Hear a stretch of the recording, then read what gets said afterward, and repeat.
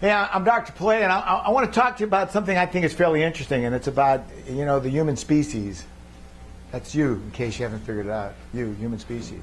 I'm watching this special on biology, and they're talking about how scientists have now gotten to the point where they can splice genes and create amoebas and other kind of creatures that otherwise would not have been created, if you will. And I couldn't help but step back and look at myself. Because to be honest with you, today as I'm with you, there's the objective me, and then there's the subjective me. The subjective me, that's like Shelton from Big Bang Theory, who collects data, points out everything wrong, looks at a best friend and says, you know what? You're ugly, and you're fat, and you're stupid. But Sheldon is completely objective. When he speaks from his history, his knowledge. And because he speaks from his history, his knowledge, he doesn't feel any inclination that, wait a second, I hurt somebody's feelings. He has no subjective experience, subjective, emotional experience, that I'm invested emotionally. Make sense to you? I have friends that are really cold-blooded assholes because they live in an objective world. They don't give it. You're late 20 minutes. They're late 20 minutes. You're waiting for them. They feel no discomfort that you've been waiting for them and they're late. They don't. Traffic. That's all it is to it. But when I look at myself and I look at you guys I'm working for right now, you're here because of a subjective experience. You're here because you fell in love with someone, or someone fell in love with you. Somebody emotionally bonded with you, or you emotionally bonded with them. How the hell did that happen? Well, this is kind of interesting. That's what I wanted to talk about today. Because inside of each one of you, you have a pharmacy. A pharmacy. You've got a pharmacy that produces hormones. Sometimes when you're hungry, you go eat. Sometimes when you're hungry, you don't eat. What do? Get hungrier and eventually starve to death or succumb. But as I experience life, and I have this idea of a subjective experience, everything that I feel is connected to me because I have this pharmacy inside of me that produces hormones. Hormones. I went out hunting a few years ago, deer hunting, and let me tell you something. It was cold. I'm shaking.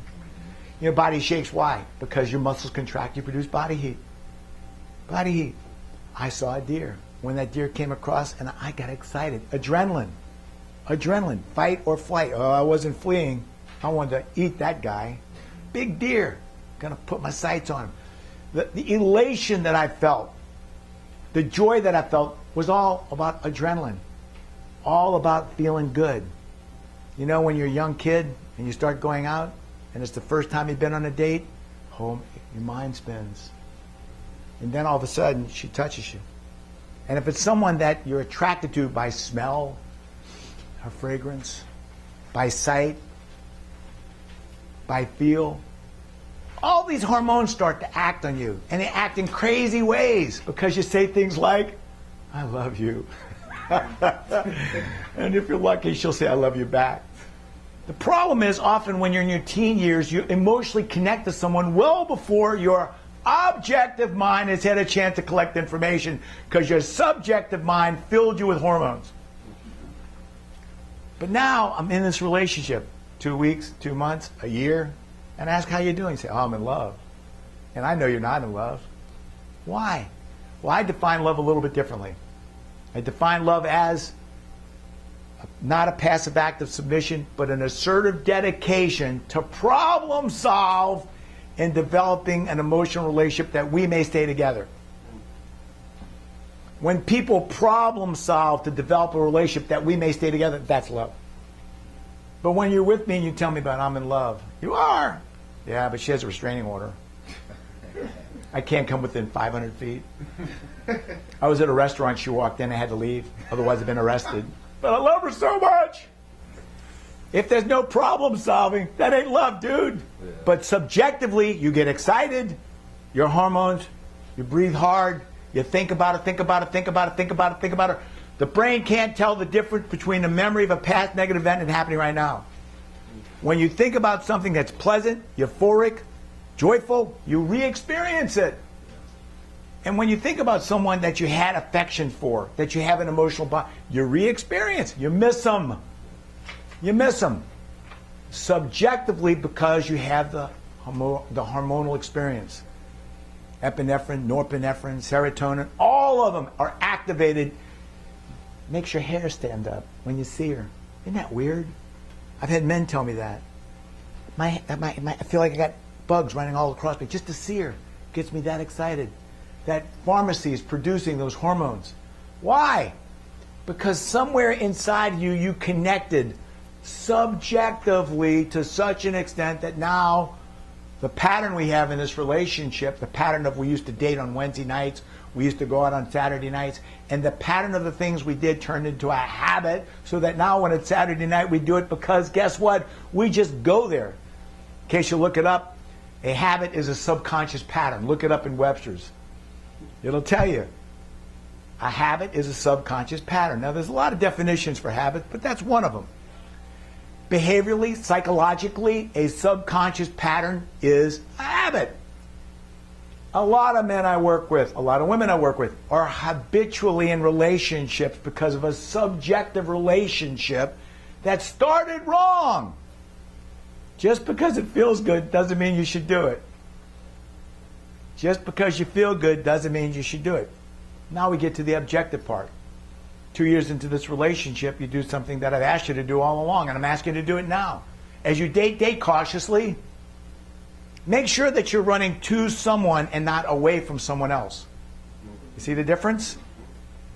A lot of guys and a lot of women get into troubled relationships because it's not that that person was that good. It's just the last one was that bad. And they're not running to this one because it's that good. They're running to this one because they get tired of being alone. And it hurts more to be alone than to be with someone that's a pain in the ass. But when you do the objective inventory, and you do things like, hey, what was your last relationship like? You know, in a nice way, say, you know, what was the problem? Why did that end? Hi, your mom and dad, you love them? They love you? Do you enjoy life? What does that look like? And as you collect information objectively, you start to paint a picture of a person's personality. Because too often the picture of a person's personality is the subjective experience you spent with them alone and didn't collect information about the rest of their life. How often I work with people that are in relationships that they're emotionally bonded to, because all they did was value the subjective relationship. The time we spent together is all I worry about. However, a few weeks ago, got a lot of guys in the room today, I had passed a clipboard around and asked each person to tell me, it wasn't a confession, but for some they thought it was, put the number of relationships you've been in so far in this lifetime. What do you mean by that? Well, did you live with her? Did you get married? Was it serious enough that you thought about it? If your answer is yes, then put the number down. And some guys put 9, some guys put 4, one guy had 16. Got some players out there, man. Players out there. And oh, by the way, the players are all about subjective experiences. If it feels good, keep doing it. So as the piece of paper went around and I did the math and added them all up, some of you guys heard this story before, I came up with over 120 total relationships so far for the group of men that I was with. Then I divided the number of men in the room into the 120, and I came up that the average guy had been around 6.5 relationships. Now what's cool about this is when I asked the same group, how many of you are in a functional relationship that thinks will work, that you think it'll work? Raise your hand. Not one hand went up. So I got 121 examples of what doesn't work, but I don't have one person that's got one example that does work. Now here's the problem with that. If in fact love is a process, not a destination, but an assertive dedication to problem solve that we may stay together, when you run into problems, who the hell you talk to? If nobody's getting it right, I'm not sure who to talk to about this problem. So we have a real tragedy. The tragedy we have is people often running to the next one to get away from the past one, number one. Number two, a lot of times we don't understand our own subjective experiences. If your self-worth and your self-esteem has got problems, don't expect your next relationship to be very healthy. If your self-worth, your self-esteem, your goals, your ambition, your drive, the things you want in life, if they're not working for you, then why the hell do you think a new relationship is going to make it all better? And a lot of times we find comfort in relationship because we're bored. Life's not working for me quite the way I want it to be. I don't have the job I want. And people go to relationships to occupy time and space mainly because they're not happy with themselves and their lives. And they're finding ways to make it better without really addressing the real issue. Subjective experiences. I had a guy come to me after class the other day. I did this lecture once before, and he came up to me and he says, "You have no idea how much you helped me." Really? What did I do? Well, you taught me something. Number one is that I got to be careful who I hang around with too much. What do you think he meant by that? Hanging around with somebody too much means that you emotionally bond to them because you're involved in the subjective experience of sex. Sex is, hey, it's a great occupational pastime, believe me. And I tell a lot of guys, be careful who you sleep with, because it's not the act of sex that's the problem. It's the act of being physically intimate with someone too quick, too soon. You bond emotionally, psychologically. You find yourself having a desire to be with them, and that desire is a bond. Remember what he talked about, pattern versus habit?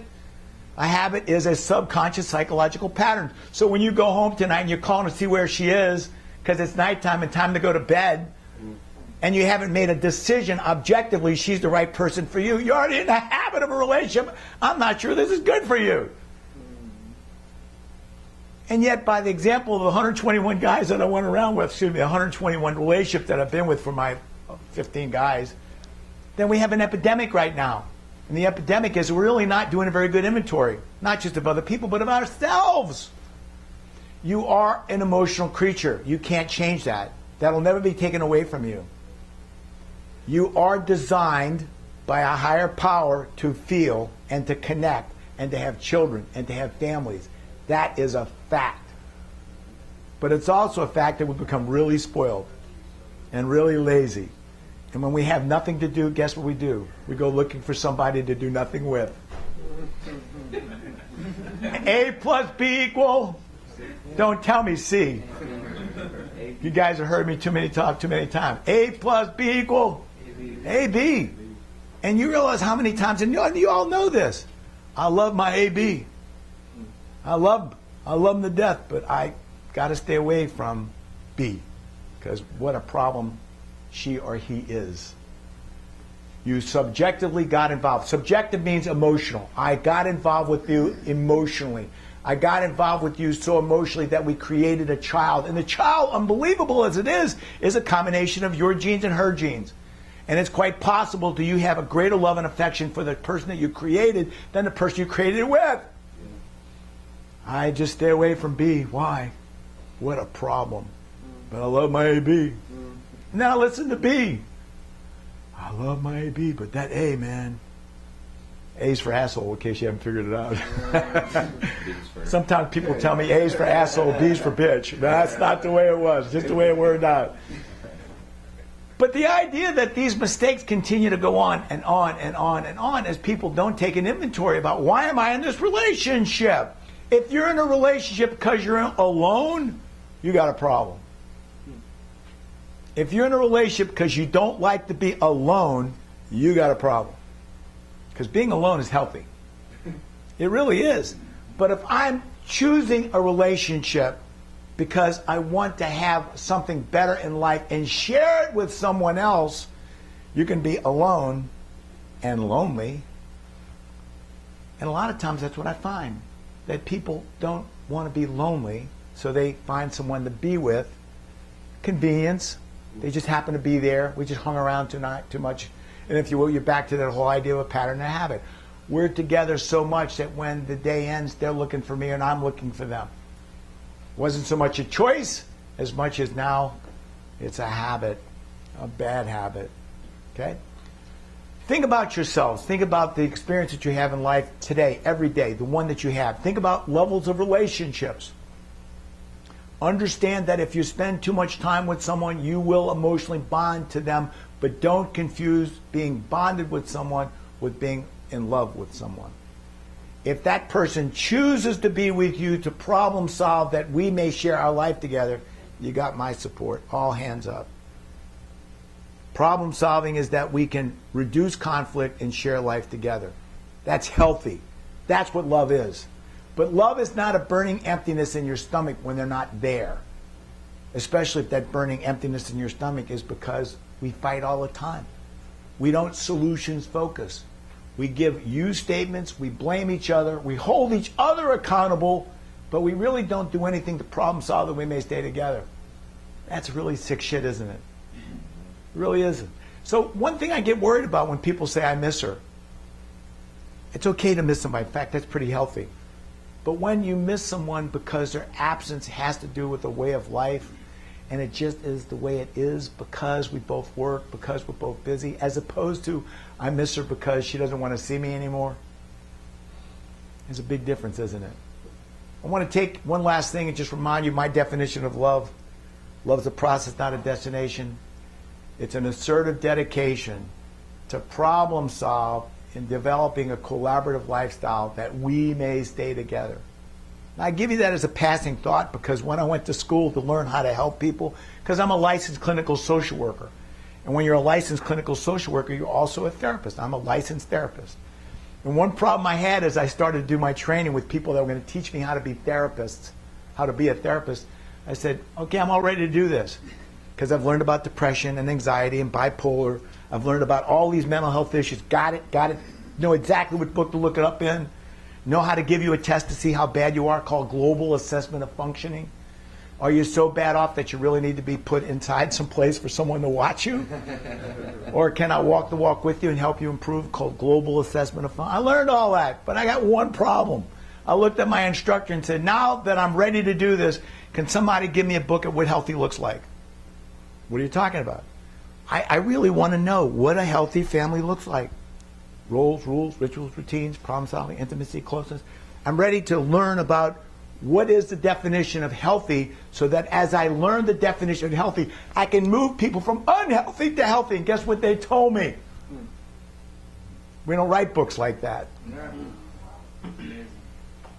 You study depression, you study anxiety, you study mental health disorders so that you can walk them out of depression, walk them out of anxiety, so that hopefully the end result is they create a happy, healthy family that's functional. I still had to raise my hand. Well, why they create it? Do I know what they're creating? I mean, if you're building a house, I know what walls look like, I know what roof looks like, and I mean, if you put walls up without a roof, I'm going to say that ain't going to work. Yeah, right. So in the absence of depression, have I graduated you? And guess what the answer was? Yeah, you did good. How did I do good? You got a leaky boat. It's filled with water. We patched the leak, but it's still full with water. You did your job, Dr. Pilet. Go home. I haven't taught you how to bail yet? How fast can the boat possibly go if it's filled with water? So part of the problem I had with, as I finished this graduate program to be a therapist, is nobody was giving me a model of what healthy is. So I created my own. I studied 1,100 people, came up with a model. You get that today as part of your lesson plan. And I give you the 9 characteristics of healthy relationships. I also give you levels of relationships. Acquaintances, friends, roommates, companions, lovers. And in today's class, you're going to learn all that stuff. And the benefit of today's class is you'll be able to look at every past relationship and figure out what was wrong. See, one problem we have with the A plus B, where I love the B more than I love the A, my connection to my kids, my genetic connection, my subjective experience is still alive and well, and you're still responsible to launch those kids into a happy, healthy relationship with somebody. And sometimes we have to role play that. The problem is if you don't know what went wrong in the past, how do you know to prevent it from the future? So the model I give you is something for you to examine for yourself. Not just to look at your past relationships, not for the purpose of being depressed or anxious, but to understand what went wrong. And if you believe my model, and if you want to try it, you're going to find that it works pretty damn good. It'll get you in the right direction. If nothing else, you'll start to see when it's going south quicker. You'll get to learn what it takes to collect enough information to learn, hopefully soon, this is not the right person for me, as opposed to the pattern that becomes a habit. In the earlier class, one of the guys sitting in the back row was honest. He just said, you know, I have no desire to be married to this woman. but I'm going to continue to live with her until I make sure that it's not going to work. Y'all hear what I just said? I'm going to continue to live with her because it's not working right now. But I want to make sure that it's not going to work, and I'm going to break this off once I'm positive it's not going to work. Okay? Look up the definition of habit and addiction, and we're already there, and we don't know it. We don't even know it. So the tool for today is to listen to my ideas about subjective, objective experience. My tools for today is to listen to the problems we have with nobody has a functional model what a relationship looks like. The idea that I'm giving you something to look at, to scan, to look at your own relationship and see what it looks like, make a comparison, and then hopefully give you something to work on. Okay? Hey, I'm Dr. Pilet. Thanks for your time.